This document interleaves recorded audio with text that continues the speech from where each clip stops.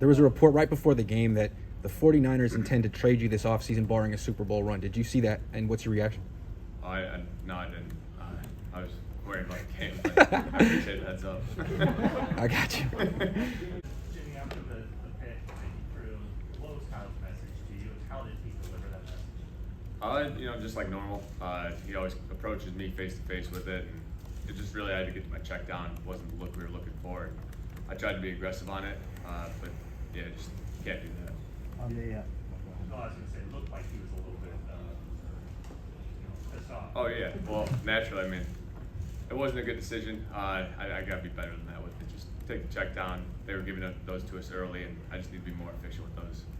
Jimmy, how big of a point was it once you got to 3rd and 11 down there towards the end of the first half before you found out you guys had the timeout? You talk about just how pivotal of a moment that was in the game. Yeah, just that whole drive, I think, really, it was important for us, I think, just getting that, and then we got the kickoff in the second half, really, gave us a little edge there. I think, we executed pretty well, got it all the way down there, and yeah, felt good about it. You're in that deep red zone. That's been an area where Cohn in previous years has been valuable for you. Does Juwan do some of those same things? Does he have that same short area quickness that Kendrick had? Yeah, him and Mo both. They both do a great job separating, just their explosiveness. They're bigger guys, so most big guys can't move like that, but they just find a way to create space and make the throw easy for me. Juwan had a great route on that on the touchdown. There were a couple times that Brandon Ayuk was wide open. I think both were 30-yard completions. Why did he get so open, and what's been the change that's made him so available the last few weeks? I think guys helping guys out, clearing out a couple coverages to replace him with BA. That was big for us early on. Just I don't know, the guys. It's in the locker room. It's day to day, just face to face. The guy's a different guy. And it's a good thing for us. Are there times when you give the ball to Mitchell and then you think, oh, that play didn't go anywhere, and then you look up and it's 2nd and 5?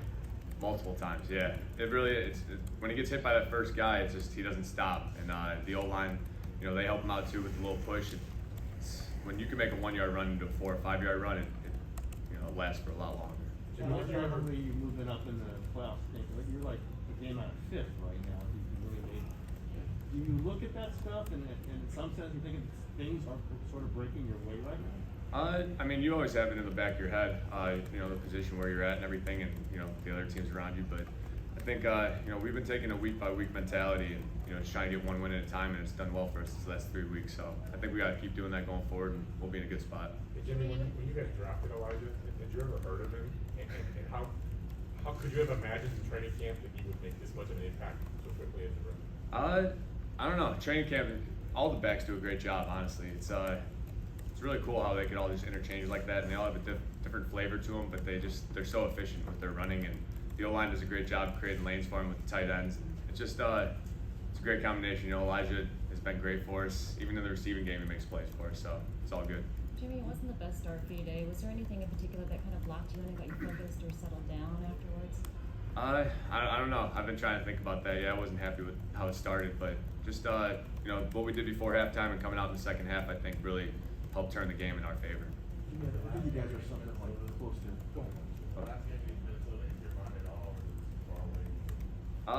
We watched it for game plan purposes, but no, other than that, not really. I think you guys are something like in the range of 80% in the red zone scoring touchdown.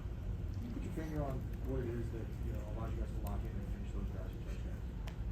Red zone comes down to making plays. Honestly, it's tight down there.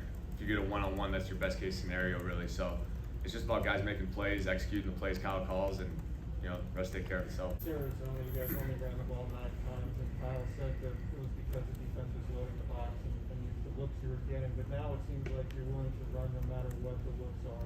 What's different with the way you guys are approaching the running? It starts up front with the O-line. Those guys set the tone for us. They always have and always will. But like I was saying before about Elijah, just when you can turn that 1-yard run into a 4 or 5-yard run, it allows you to call more runs. Being efficient on 3rd down, I think, has played into that too. So I think those two things tied together make for a good combination. Thanks, Jimmy. I'm good. Thanks, guys.